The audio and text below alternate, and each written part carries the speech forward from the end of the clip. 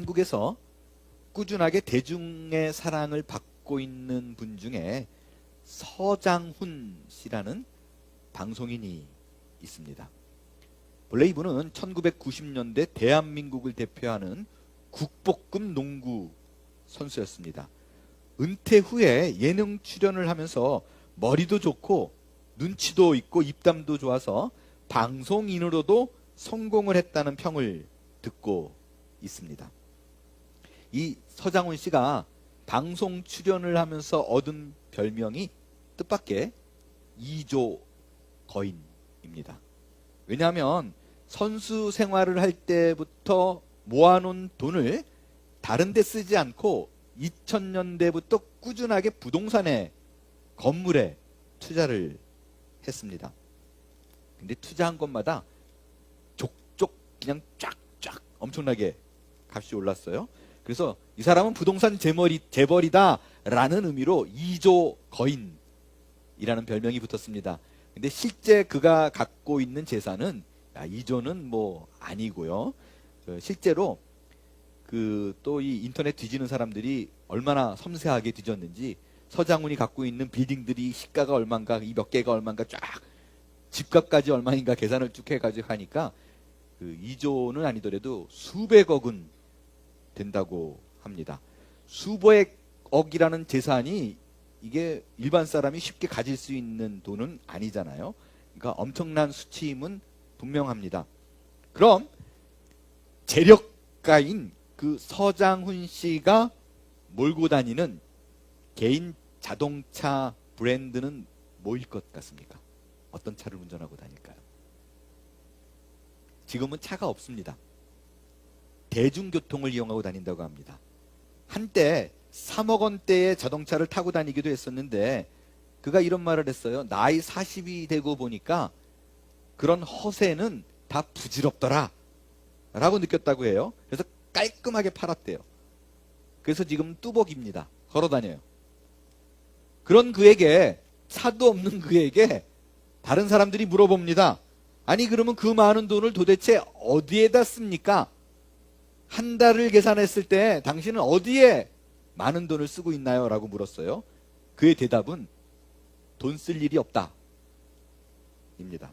그는 현재 돌싱이에요. 돌아온 싱글이라고 불리는 이혼남이기 때문에 가정이 없습니다.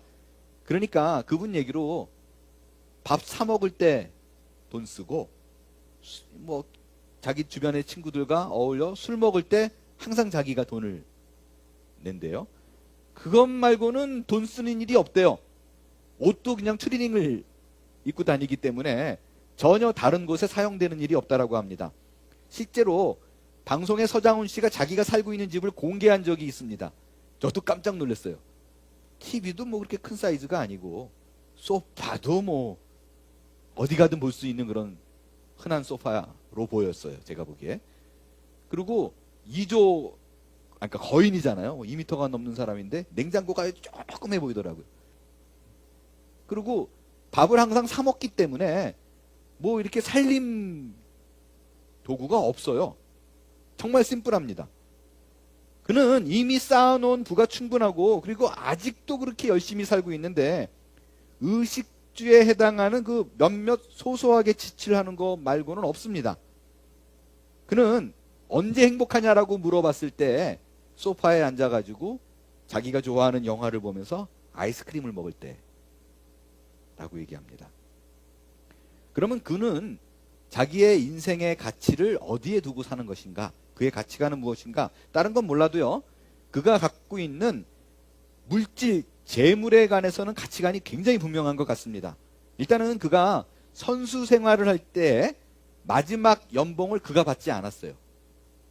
그 연봉에 해당하는 액수 자기 사비를 얹어서 그 2배죠. 연봉의 2배를 저소득층 자녀들을 위해서 기부했습니다. 뿐만 아닙니다. 그는 자신의 건물 세입자에게 비교를 했을 적에 주변의 세입자들의 절반 시세에 임대를 했어요. 그리고 들어온 그 누구든지 간에 세입자들에게 단 한 번도 그동안 세금, 월세를 올린 적이 없습니다. 이런 서장훈 씨의 행복을 보면 그가 단순히 구두쇠라서 돈을 쓰지 않는 것이 아니라 스스로에게는 아끼고 자신의 부를 남들에게 도움이 되는 방향으로 사용하는 것에 가치를 둔 사람이다 라는 것을 분명히 알 수가 있습니다. 그의 삶을 들여다보면 그는 분명 허망, 방탕 이런 것과는 거리가 먼 삶을 살고 있는 것이 분명한 것 같습니다. 오늘 본문에서 사도 바울은 예수를 믿기 이전, 믿음이 생기기 이전의 사람을 옛사람이라고 얘기를 하고 믿음이 생긴 후는 새사람이라고 얘기합니다. 그는 이 옛사람, 새사람 그 둘의 특징을 뭐라고 말을 하는가? 옛사람은 허망하게 행하고 방탕하게 방임한다 라고 얘기를 합니다. 자, 이 말씀을 한번 기준으로 보겠어요. 옛사람은 허망하지도 않고 방탕하지도 않대요. 그러면 허망하지도 방탕하지도 않는 삶을 살고 있는 그는 새사람인 건가요? 여러분 어떻게 생각하세요? 물론 제가 이번에 찾아보니까 서장훈 씨의 종교가 기독교라고 얘기를 하더라고요. 그러면 그는 기독교인이기 때문에 이렇게 사는 거고 이렇게 사는 모든 사람들은 다 기독교인인가요? 아니잖아요. 안 그어지죠. 오늘은 과연 성경에서 말하는 옛사람과 새사람은 그럼 뭔가, 이 둘의 삶의 기준과 차이는 무언가에 대한 부분을 오늘 나눠보겠습니다. 먼저 옛사람의 특징을 한번 구체적으로 살펴봅니다. 17절에 보면 이방인은 허망함으로 행한다 라고 얘기를 합니다. 여기서 이방인이다, 이방인을 허망하게 행한다라는 말이 이방인이 어떤 혈통적으로 유대인과 다른 블러드를 가진 사람들이라는 의미가 아닙니다. 왜냐하면 지금 에베소 교인들도 다 이방인이잖아요. 그들에게 뭐 이렇게 산다라고 얘기하면 모욕이에요. 그러니까 여기서 이방인이다라고 얘기를 하는 거는요, 예수를 믿지 않는 사람들은 이라는 뜻입니다. 그러니까 불신자들을 대표하는 그런 뜻이에요. 그러니까 불신자들을, 예수 믿지 않는 사람들은 허망하게 산대요. 그러면 허망하다는 뜻이 뭐냐? 무계획으로 산다는 거예요. 무모하다라는 뜻이 있습니다. 자, 그럼 여러분에게 질문할게요. 여러분들이 보시기에 여러분이 알고 있는 불신자들은 보니까 아하 맞다 이런 생각이 들어요? 내가 보니까 불신자들은 진짜 다 허망해. 계획도 없이 살아. 무모한 짓을 많이 벌려. 딱 떨어져요? 그러니까 바꿔 말하면 맞아. 신자를 생각해 보니까 불신자랑 다른 점이 있어. 신자는 예외 없이 다 규모 있게 살아. 계획성 있게 살아. 이런 생각이 들어요? 그렇지 않잖아요. 19절에는 이방인의 특징이 또 방탕한 거래요. 이 방탕은 무절제한 거예요. 낭비하는 거예요. 호색이에요. 음란이에요. 그러고 보니까 신자는 다 방탕하지 않네. 야, 신자는 음란과 거리가 멀어. 불신자들을 생각하면 예외 없이 저렇게 방탕해. 이런 생각이 드나요? 뭐가 잘 안 맞잖아요. 상식적으로 생각해도요, 신자와 불신자를 구분하는 기준이 허망과 방탕이 될 수가 없습니다. 여러분 만약에 난생 처음으로 예수를 믿어보겠다고 결심한 사람이 성경책을 봤는데 바울이라고 말하는 위대한 학자가 불신자들은 다 허망하고 방탕한데 신자들은 안 그렇다. 그러면 첫 장부터 예수를 믿고 싶은 마음이 들겠어요? 틀렸는데? 안 맞잖아요. 그럼에도 불구하고 사도 바울은 왜 신자와 불신자의 기준은 허망과 방탕이다라고 얘기했는가? 그 단어의 뜻이 단순하게 우리가 생각하는 그런 의미가 아닌 것을 알 수 있습니다. 이 구절에 이 단어의 정확한 의미는 18절에 하나님의 생명과 연관시켜야지만이 해석이 가능합니다. 그러니까 이런 뜻이에요. 불신자들은 허망하다, 방탕하다라는 것이 하나님의 생명에 떠나 있다라는 단어와 연결을 시키면 불신자들은 예외 없이 하나님에 대해서 아무런 관심이 없다는 거예요. 무슨 일을 하든지 그의 머릿속에는 하나님에 대한 인지가 없습니다. 그리고 삶의 기준을 세울 때 본인이 옳고 그른 것을 결정을 하지 하나님이 어떻게 생각할까라는 자체가 없어요. 그래서 허망방탕이라는 건 뭐냐면 하나님을 기준으로 해서 절제를 하고 하나님을 기준으로 해서 내가 무언가 규모 있게 살고 이런 게 안 되는 사람들, 없는 사람들이다 라는 뜻입니다. 여러분, 이 말은요, 오늘부터라도 그래 내가 말씀의 은혜를 받아서 이제 좀 내가 신자답게 살아야겠어 라고 결심하는 분들이 계시다면 오늘 드리는 이 말씀이 얼마나 내가 신자답게 사는 삶의 표준과 기준이 되는 줄 모릅니다. 우리는 일반적으로요, 은혜 받았어, 그러니까 내가 신자답게 살겠어 라고 생각하면 자동적으로 어떻게 돌아가느냐? 거의 예외가 없어요. 윤리적 도덕적 기준으로 갑니다. 남에게 본이 되야겠다라고 결심합니다. 신자답게 살자, 흠잡히지 말아야겠다, 윤리적으로 도덕적으로 바르게 살아야 되겠다는 것이 당연하고, 사회적으로 또 누군가를 봤을 때 손가락질 받지 않겠다, 자기 관리를 좀 해야겠다 라고 생각합니다. 구체적으로는 이런 거예요. 평소에 그냥 아침에도 늦게 일어나고 그러다가 이제부터 내가 제 시간에 맞춰서 일어나고 운동하는 모습, 땀 흘리는 모습 봐가지고 야 정말 열심히 사네 라는 모습을 좀 보여주겠다.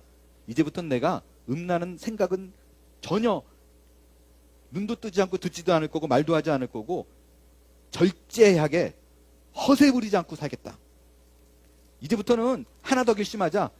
어떤 내 손에 들어오는 그 어떤 것이 있더라도 그것을 나눠서 가난한 사람과 부족한 사람들과 나눠야겠다라고 결심을 할 겁니다. 좋습니다. 정말 좋아요. 그렇게 살아야죠. 신자는 마땅히 그렇게 살아야 됩니다. 그러나 한번 생각해 보세요. 그게 내가 이렇게 사는 것을 두고 신자와 불신자를 구분할 수 있어요? 조금 생각 있고 정신 차린 사람들은요, 모두 다 그렇게 삽니다. 제가 서장훈 씨 예를 들었어요. 제가 이분을 비하하려고 하는 의도는 여러분 전혀 없습니다.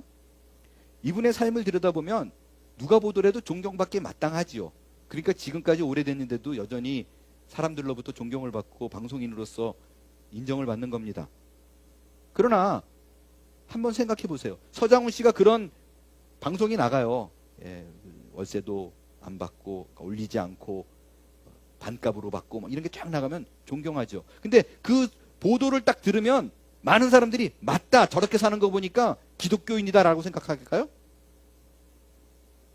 안 맞아 떨어져요. 그게 그렇게 절제하고 방탕하지 않고 음란하지 않는 것이 기독교인의 대표적인 삶이 아닙니다. 그러니까 그 절제하고 규모 있게 사는 것이, 소외된 자를 위해 사는 것이 절대적인 기독교의 표준이 될 수 없어요. 그럼 어떻게 구분해야 되냐? 다시 말씀드립니다. 18절, 하나님과 연관되지 않은 그 모든 것들은 불신자예요. 내가 아무리 도덕적으로 많은 사람들에게 존경받는 삶을 살지라도, 여러분이 내가 그렇게 살기로 결심했더라도 그 안에 하나님에 대한 인지 없이 행하는 몽땅 다 그거는 불신자입니다. 다르지 않아요. 하나님의 생명과 떠나 있는 거, 예수 그리스도와 상관없이 내가 행하는 그 어떤 걸지라도, 내가 누군가를 구제하고 칭찬할지라도 그건 신자의 삶의 기준으로 사는 게 아니에요. 불신자도 그렇게 산다니까요. 여러분, 바울이 말하는 불신자의 큰 특징은 뭐냐면요, 총명이 어두워지고 마음이 굳어지는 거래요. 총명이 어두워진다라는 말의 의미는 뭐냐면요, 내 안에 하나님이 없는 거예요. 그래서 모든 삶의 기준이 하나님이 아니기 때문에 내가 원하는 삶의 기준을 세워놓고 사는 것이 총명이 없는 겁니다. 미련한 거라는 그 표현으로 많이 써요. 그 어떤 복음도 받아들이지 않아서 마음이 완고한 상태, 마음이 굳어진 상태, 그게 불신자입니다. 이 말은 여러분이 아무리 교회를 다니더라도, 아무리 성경 공부를 하더라도, 예배를 열심히 드리는 자일지라도 오늘 이 순간에 예배를 드릴 때만, 찬양할 때, 기도할 때, 말씀 들을 때만 나는 신자이구나라는 생각이 있고 문 밖에 벗어나는 그 순간부터 하나님에 대한 인지가 전혀 없이 그 어떤 바른 생활을 할지라도 하나님은 불신자랑 똑같아 라고 얘기하는 거예요. 그러니까 우리가 갖고 있는 착각, 우리가 누군가를 대할 적에 생각되어지는 판단들, 진짜 바르게 살아, 신자야, 아니야 라는 거예요. 하나님, 여러분, 신자는 내가 누군가에게 이 땅에 무엇을 남겼는가 보다 훨씬 더 중요한 것이 있습니다. 어떤 일을 행하든지 간에 하나님에 대한 인식이 있느냐라는 것입니다. 이 모습을 하나님이 보고 있다, 알고 있다, 하나님 기준으로 이것이 옳은가라는 생각을 반드시 하는 사람이라는 것입니다. 이 인식의 문제는 내 행위나 인격과 성품의 변화보다도 훨씬 앞에 있는 거예요. 구체적으로 예를 한번 들어볼게요. 교회 안에 두 사람이 있어요. 이 두 사람은 가상애입니다. 둘 다 예수를 믿는 신자라는 것을 전제합니다. 둘 다 예수 그리스도를 정말로 그 참 마음에 자신의 주님과 구주로 인정하는 사람, 믿는 사람, 그 둘이 있어요. 근데 한 사람은 화가 무지하게 많습니다. 절대로 못 참아요. 건드리면 반응하고 폭발해요. 비판적이에요. 누구 하는 말을 절대로 못 듣습니다. 또 다른 사람이 있습니다. 이 사람은 누가 보더라도 호인이에요. 항상 웃어요. 무슨 일을 하든지 간에 불이익을 당하는데 사람들이 와가지고 얘기해줘요. 아이 그거 누가 이렇게 자기한테 장난친 거야. 그럴 수 있지. 근데 보니까 말만 아니라 진짜 그렇게 생각하는 거야. 야, 내가 이 친구를 20년 알았는데 남의 말을 한 거를 보는 적이 없어. 흉을 본 적이 없어. 누가 뭐라 그래도 비판하지 않고 판단하지 않고 너그러움으로 다 받아들이는 사람이 있습니다. 질문 드립니다. 둘 다 신자예요. 둘 중에 누가 더 좋은 신자인가요? 둘 다 예수를 확실하게 믿는 사람이라는 전제라면 하나님 보시기에 누가 정말 깊은 신앙을 가진 자입니까? 속으로 대답하세요. 첫 번째, 이 사람은 화가 많아요. 예민해요. 반응해요. 비판해요. 두 번째 사람, 아량 있고 석 깊고 항상 긍정적이에요. 늘 이 사람을 만나면 즐거워요. 누가 좋은 신자예요? 속으로 대답하세요. 1번이에요? 2번이에요? 아마 이 자리에 앉아 계신 대부분의 분들이 당연히 2번이지요 라고 대답하지 않을까 싶습니다. 여러분, 그게 우리가 갖는 큰 실수입니다. 정답은 절대로 알 수 없습니다. 다시 말씀드려요. 너무 중요해요. 절대로 알 수 없습니다. 정말이에요. 여러분, 각 사람이 갖고 있는 그 사람과의 하나님과의 관계 속에서 나타나는 신앙의 깊이는 절대 눈에 드러나는 현상으로 구분할 수 없습니다. 판단할 수 없습니다. 물론 신앙이 있느냐 신앙이 없느냐, 신자인가 불신자는요 어느 정도 외적인 현상으로 나타납니다. 어떻게 아냐고요? 10년 20년 지나다 보면 열매로 알아요. 열매가 안 열리거나 열리더라도 엉뚱한 열매가 열립니다. 이 부분은 제가 나중에 말씀을 드릴 거예요. 기회가 있으면. 아무튼 신자인가 불신자인가는 외적으로 드러나는 현상을 통해서 알 수 있지만 각 사람이 갖고 있는 신앙의 깊이는 눈에 보이는 현상으로 절대로 판단할 수 없습니다. 좀 더 실감나는 예를 제가 한번 들어볼게요. 세상에는요 우리가 말하는 금수저가 있고 흙수저가 있습니다. 그죠? 세상의 성공으로 기준으로 봤을 때 어느 것이 성공한 것이다 라는 기준으로 봤을 때 흙수저가 금수저보다 앞서는 일은 안 생기는 건 아니지만 쉽지 않습니다. 그리고 때로는 어느 분야에 한해서는 절대로 흙수저는 금수저를 따라가지 못하는 분야가 반드시 있습니다. 왜냐하면 출생할 때부터 출발이 달라요. 금수저는 태어나니까 이미 부자예요. 자신의 노력과 아무 상관이 없어요. 그냥 부자예요. 집안에 재력이 있어요. 그래서 어려서부터 수준 있는 교육을 계속 받습니다. 부모님 덕분에 소위 잘 나가는 사람들과 어려서부터 단단한 인맥 구성이 이루어집니다. 반면에 흙수저는 자신의 가정 형편이 어렵기 때문에 그 어려운 가정을 돌보느라 아르바이트를 해요. 아르바이트에 많은 시간을 쫓기다 보니까 공부를 못해요. 공부를 못하면 좋은 대학을 가지 못해요. 사는 지역이 또 어려워요. 내 둘레 아침에 일어나서 만나는 사람마다 보면 자기랑 다 비슷한 수준의 사람들입니다. 이 말은 곧 나중에 내가 실력이 모자랄 때 나를 눈 감고 끌어줄 사람이 없다라는 거예요. 어느 자리에 딱 꽂아줄 사람이 없다라는 뜻입니다. 더 안타까운 거는요, 이거는 쳇바퀴 돌듯이 계속 돌아갑니다. 무슨 뜻이에요? 그 자녀의 자녀도 그럴 확률이 되게 높습니다. 벽이 있어요. 천정이 있어요. 뚫지 못합니다. 이걸 두고 우리는 사회가 낳은 부조리요, 결코 바꿀 수 없는 악순환이라고 얘기합니다. 여러분, 이런 거는요, 나라마다 물론 차이가 있지만 어느 나라든 다 있어요.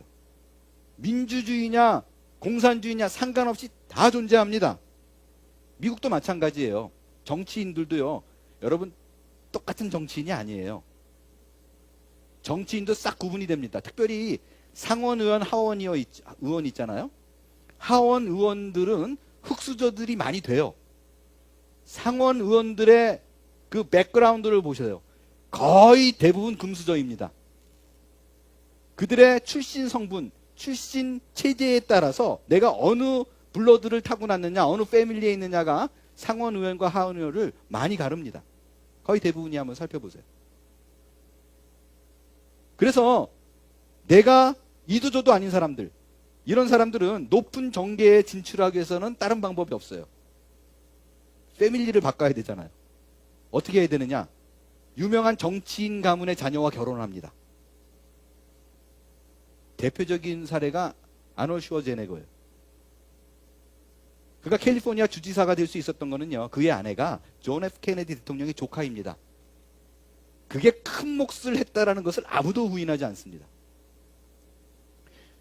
여러분, 이건 결코 부정할 수 없는 이 땅의 현실입니다. 출발부터가 다르기 때문에 그로 인하여 후에 벌어지는 결과도 당연히 차이가 납니다. 그런데 여러분, 이런 불합리한 구조, 이게 성품 면에서도 동일하다는 생각을 해보신 적이 있나요? 말하자면 성품도 출생할 때부터가 완전히 다른 DNA를 갖고 출발합니다. 참고로 말씀드리면 이 성품에 대한 부분은 좋고 나쁘고의 얘기가 아니에요. 다르다라는 뜻입니다. 예를 한번 들어볼게요. 부모가 있는데 부모 두 분 다 온유하고 겸손하고 화를 잘 내고 화를 잘 안 내고 항상 긍정적이에요. 늘 집안에 큰 소리가 나는 적이 없는 가정의 부모가 있습니다. 이런 부모 밑에서 태어난 자녀가 있어요. 또 다른 경우는 부모가 다 다혈질이에요. 이 부부의 화를 푸는 방법은 소리를 내는 거예요. 그리고 뒤끝 없이 깨끗하게 또 저녁에 밥 같이 먹습니다. 그리고 매사에 비판적이에요. 그 둘 사이에 태어난 자녀가 있습니다. 온유하고 조용한 가정의 성품에 태어난 자녀와 소리를 내고 화끈하게 푸는 가정의 자녀의 성품은 절대로 같을 수가 없습니다. 분명히 차이가 있습니다. 누군가는요, 화끈한 사람이 되고 싶어도 안 되는 사람이 있어요. 근데 누군가는 좀 조용하고 차분하고 이렇게 보이고 싶은데 절대로 안 되는 사람이 있습니다. 그게 저예요. 저는 목소리 좀 줄여라는 얘기를 제 아내로부터 100만 번은 듣고 살았습니다. 저희 아내 가정이 조용해요. 드라마를 봐도 처음부터 끝까지 볼 때 아무런 말이 없어요. 저희 집은 드라마를 보면 다 한마디씩 해요. 아우, 저 어떤 놈. 저는 아내가 부러워요. 정말 조용히 자기 자금조금 자기 할 얘기 다 하거든요. 저는 그게 안 돼요. 목사가 이래서 되냐, 조용하자, 안 돼요. 심지어 실제 일인데, 제가 개척했을 때 제 웃음소리가 크다고 상처받은 교인도 있었어요. 목사가 웃음소리가 왜 저렇게 커? 전에 듣고 저도 깜짝 놀랐어요. 조용해야지. 안 돼요. 재밌는데 그 소리가 재밌으면 다시 또 안 돼요. 안 돼. 여러분, 만약에 온유와 겸손과 긍정적인 사고라는 것을 하나님께서 수치화했어요. 메저링했어요. 계량화해서 우리에게 어떤 절대적인 기준을 제시합니다. 온유는 여기까지 돼야 돼. 이 정도 되지 않는 사람은 절대 기독교인이 아니야라고 수치화했어요. 계량화했어요. 만약에 하나님께서 이렇게 규정 지는다면 누군가는 누워 떡 먹기로 그 수준에 오르는 사람이 있어요. 누군가는 노력해도 안 되는 사람이 있어요. 아무리 노력해도. 만일 하나님께서 우리에게 그런 수치화를, 성품을 제시하면서, 절대적인 기준을 제시하면서 기독교인은 여기까지 무조건 가야 돼 라고 말을 한다면 하나님은 절대로 공평하신 하나님이 아닙니다. 누구는 쉽게 충성된 종이 되고 누구는 평생 교회를 다녀도 난 안 돼. 야, 난 정말 믿음이 없나 봐. 누구랑 계속 비교하는데 누구는 2년 됐는데 저는 벌써 이렇게 인자한 성품이 보이는데 나는 30년 됐는데 여전히 분노하네. 도저히 나는 믿음이 없어. 맨날 교회에 오면 남들 안 보는 기둥 뒤에 앉아가지고 나는 왜 이러지? 이러고 마감하게 될 거예요. 왜냐하면 자신이 갖고 있는 그 깐깐하고 비판적인 성격을 도무지 바꿀 수 없기 때문에 그렇습니다. 그래서 하나님은 이 모든 것을 수치화하거나 계량화하지 않아요. 일화하지 않습니다. 하나님께서 우리에게 야, 적어도 기독교인이라면 이 정도는 온유해야 되는 거 아니야? 이 정도는 인내해야 되는 거 아니야? 뭐 그거 갖고 자꾸 뒤집어져 라고 말하지 않는다고요. 그 규정한 수치가 없습니다. 하지만 방향성이 있습니다. 그 대표적인 예가 모세예요. 모세는 하나님 보시기에 세상 모든 사람들이 보기에 가장 절대적으로 온유한 사람이었어요. 이 사람보다 뛰어나게 온유한 사람이 없다라고 칭찬받은 사람이 모세입니다. 모세의 삶을 들여다보십시오. 모세가 온유했나요? 말씀드렸잖아요. 그렇지 않아요. 대표적으로요. 시내산에 가가지고 하나님의 십계를 돌판에 떡 받습니다. 기분 좋아가지고 그 돌판에 받은 십계명을 들고 산을 딱 내려오는데 아래서 구판 벌리고 난리가 났어요. 그러니까 모세가 어떻게 해요? 그 돌판을 들어서 확 집어던집니다. 저는 상상이 안 돼요. 하나님이 쓴 거를 열받는다고 거기서 깨버려요? 이게 말이 돼요? 제가 한번 실례를 들어볼게요. 여러분이 이해하기 쉽게. 제가 어느 날 아내랑 운전하고 가다가 오늘 이 셀교회에서 이 시간에 모인다 그랬어. 이 목자집에서. 그러니까 아내랑 얘기하면서 우리 서프라이즈를 한번 방문해 볼까? 그래서 그 셀교회를 딱 방문해요. 서프라이즈 문을 딱 열었더니 목자가 술병을 들고 위하여 한몸교회를 위하여 뭐 이러고 있어요. 그래서 제가 그거 보고 눈이 돌아가가지고 성경책을 그냥 확 집어던졌어요. 제가 그 다음 주에 어떻게 될까요? 교회 온 교인이 모여서 이수용 목사님은 온유하신 분이야 이렇게 말할 분이 있을까요? 아니면 그리고 이수용 목사를 본 사람은 아무도 없었다 이렇게 될까요? 어느 누구도 제게 온유하다라고 말할 사람은 없습니다. 목사가 왜 저러냐 그러지. 똑같은 거예요. 십계명을 돌을 던져버렸어요. 근데 모세는 온유하대요. 아니 도대체 하나님 뭘 기준으로 두고 온유하다 그러는 거예요? 그건 다른 게 아니에요. 하나님 판단하시기에 이 사람의 온유함은 절대적인 수치를 두고 기준을 두고 말하는 게 아니에요. 하나님 보시기에 절대적 기준으로 본인 하나님 보시기에 온유함이 있어요. 그건 뭐냐면 모세가 하나님을 따르기 전과 후를 비교했을 적에 확연한 차이가 있습니다. 모세가 40세가 됐을 때 이집트 사람이 유대인을 괴롭히는 걸 보고 이집트 사람을 때려 죽였잖아요. 절대 온유하지 않아요. 화를 못 참는 성품이에요. 그랬던 그가 그로부터 40년이 지납니다. 광야에 숨어 있었어요. 80이 돼가지고 하나님께 부름을 받습니다. 80이 됐는데도 그가 온유하지 않았다니까요. 그 기질이 그대로예요. 하나님이 너를 쓰노라 그랬더니 아멘 하지 않았다고요. 뭐라 그래요? 그러니까 쉽게 좀 표현하면 Are you joking 이거예요. 나한테 지금 농담하세요? 내가 누구라고 바로에게 가가지고 뭐라고 내가 백성을 이끈다고 얘기를 해요. 콧방귀도 안 끕니다. 온유와는 전혀 거리가 먼 사람이었어요.